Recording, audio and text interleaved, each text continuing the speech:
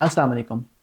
बुखार किसी बीमारी का नाम नहीं है, बल्कि ये किसी भी बीमारी के लिए एक अलार्म या एक निशानी और अलामत हो सकती है, एक सिम्पटम हो सकता है, जिससे ये पता लगता है कि बॉडी के अंदर ऐसी कोई इन्फेक्शन मौजूद है, ऐसा कोई रिएक्शन हो रहा है या कहीं ऐसी कोई प्रॉब्लम है कि जिसको डायग्नोज किया जाए और उसको ट्रीटमेंट दिया जाए। इसके अलावा इस वीडियो में हम ये जानेंगे कि बुखार में जो डॉक्टर्स पट्टियाँ एडवाइस करते हैं, इसके क्या फ़ायदे होते हैं, क्या नुकसान हो सकते हैं, बुखार की हालत में पट्टियाँ लगाने के प्रोसेस की पीछे साइंस क्या है और इससे क्या अफादियत हासिल होती है।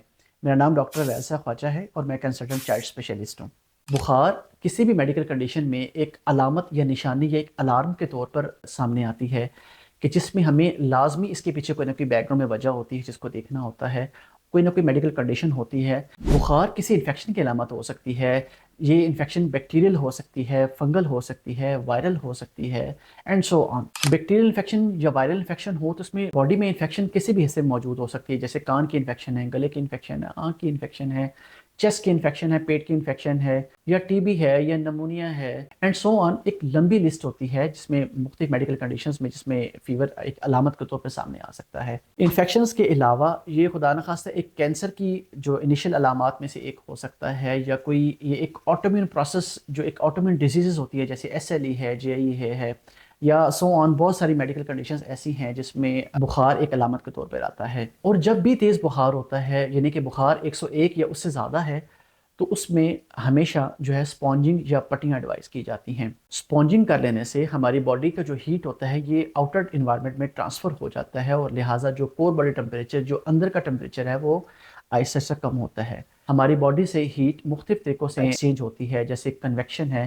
कंडक्शन है, रेडिएशन है एंड सो ऑन। जो हीट एक्सचेंज होता है वो स्किन के थ्रू होता है, यानी ब्लड वेसल्स जो हैं उनमें जो ब्लड होता है वो स्किन तक आता है और वहाँ स्किन के लेवल पे आके वहाँ हीट जो है आउटर इन्वायरमेंट को ट्रांसफ़र कर दी जाती है। लेकिन जब आप पट्टियाँ करते हैं तो इससे जो हीट लॉस करने का प्रोसेस है ये बहुत ईजी हो जाता है और बहुत रैपिड हो जाता है। हमेशा जब भी पट्टियाँ एडवाइस की जाती हैं तो ये नॉर्मल टेम्परेचर वाले पानी के साथ एडवाइस की जाती हैं, जो टैप वाटर है या टूटी का पानी है। ठंडे पानी से पट्टियाँ इसलिए एडवाइस नहीं की जाती या इसलिए डिस्करेज की जाती है, उसकी रीज़न ये होती है कि जैसे ही जो है एक कोल्ड सरफेस या कोई कपड़ा या जिससे आप स्पॉन्जिंग कर रहे हैं उसको स्किन तक कॉन्टैक्ट लिया जाता है, तो एक तो ये है कि हमारी स्किन बहुत कोल्ड हो जाती है, जबकि जो अंदर का टेम्परेचर है बहुत वार्म रहता है, गर्म रहता है।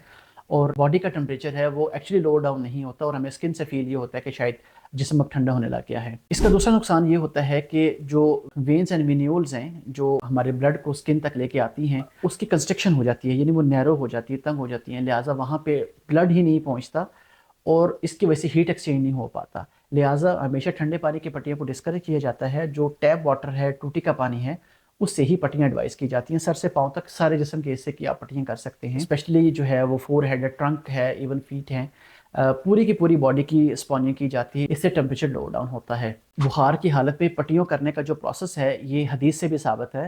नबी करीम सल्लल्लाहु अलैहि वसल्लम की हदीस मुबारक है कि बुखार जहन्नम की भाप में से एक भाप है, इसे पानी के साथ ठंडा कर लिया करो। और दूसरा वाक़या ये है कि जब आप सल्लल्लाहु अलैहि वसल्लम का दुनिया में आखिरी ज़ाहिरी वक्त था, तो उस वक्त आप सल्लल्लाहु अलैहि वसल्लम बहुत बुखार की हालत में थे। आप में बहुत नकाहत थी, कमज़ोरी थी और सहाबा कराम बहुत परेशान थे। आप तक ये पैगाम पहुँचा तो आप सल्लल्लाहु अलैहि वसल्लम ने 7 मुख्तलिफ़ कुओं से पानी मंगवाया और 7 मशकीज़े पानी के लाए गए। आप सल्लल्लाहु अलैहि वसल्लम के ऊपर 7 मशकीज़े पानी के बहाए गए, आप सल्लल्लाहु अलैहि वसल्लम को गुस्ल दिया गया और इस तरह से आप सल्लल्लाहु अलैहि वसल्लम का बुखार जो है वो कम हुआ और आप मस्जिद नबी में तशरीफ़ ले गए और वहाँ आप सल्लल्लाहु अलैहि वसल्लम ने आखिरी खुतबा इरशाद फरमाया। एक तो हदीस में साबित है, प्लस आप सल्लल्लाहु अलैहि वसल्लम की हयात से ये चीज़ मंसूब है। मेडिकल साइंस में भी एडवाइस किया जाता है कि जब भी बुखार हो, चाहे वो गर्मी का है, चाहे वो सर्दी का है, कैटेगोरिकली लोग सर्दियों में जो है वो स्पॉन्जिंग या पट्टियाँ करने से अवॉइड करते हैं। उनका ये ख्याल है कि बुखार जो है वो ठंड की वजह से है या ठंड का बुखार है, लिहाजा पट्टियाँ करेंगे तो इससे बुखार जो है वो और बिगड़ सकता है। एक और चीज़ बहुत कॉमन है और वो ये है कि बुखार में जब पट्टियाँ की जाती हैं तो शिवरिंग होना स्टार्ट हो जाती है। पहली बात तो ये है कि हर हाई ग्रेड फीवर के साथ शिवरिंग या कपकपी हो सकती है, लेकिन ये है कि जब आप स्पॉन्जिंग करते हैं तो बेसिकली शिवरिंग जो है हमारी बॉडी के अंदर एक हीट कंजर्वेशन का मेथड है, टेम्परेचर को स्टेबलाइज रखने का मेथड होता है।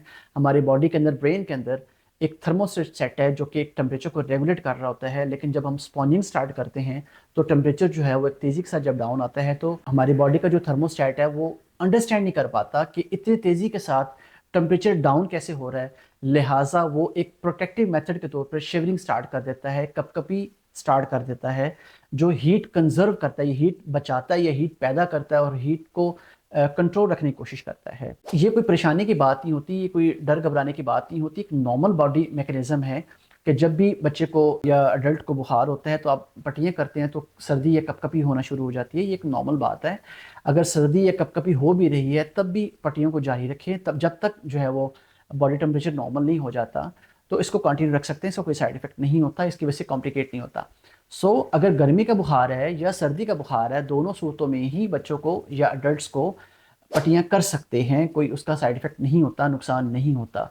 इसमें सर्दी और गर्मी के बुखार की अलग अलग टाइप नहीं होती, बुखार को लो डाउन करना ज़रूरी होता है। तेज़ बुखार में पट्टियाँ करने के अमल को इसलिए भी ज़्यादा ज़ोर दिया जाता है और एम्फेसाइज़ किया जाता है, हमारी बॉडी के अंदर मुख्तलिफ़ तरह के हार्मोन्स और एंजाइम्स एक सेट टेम्परेचर के ऊपर, एक मखसूस टेम्परेचर पे काम कर रहे होते हैं। लेकिन जैसे ही अगर हमारी बॉडी का टेम्परेचर राइज होता है, स्पेशली 101 या उससे ऊपर, तो वो सारे का सारा निज़ाम दरम बरम हो जाता है और सारा मेटाबॉलिज्म डिस्टर्ब हो जाता है, सारे केमिकल रिएक्शंस डिस्टर्ब होते हैं। लिहाजा हमारी बॉडी की जो फंक्शंस होते हैं वो नॉर्मल नहीं रहते, हमारी परफॉर्मेंस नॉर्मल नहीं रहती, हमारा बॉडी का जो एनर्जी पैदा करने का निज़ाम होता है वो नॉर्मल नहीं रहता। इसलिए बुखार की हालत में इतनी कॉम्प्लिकेशंस होती हैं, कमज़ोरी महसूस होती है और कुछ खाने पीने को भी दिल नहीं कर रहा होता, एंड सो ऑन। उम्मीद है कि ये सारी इन्फॉर्मेशन आपके लिए बहुत ज़्यादा फ़ायदेमंद होगी। अपने और अपने प्यारों का बहुत ख्याल रखिएगा। अस्सलाम वालेकुम।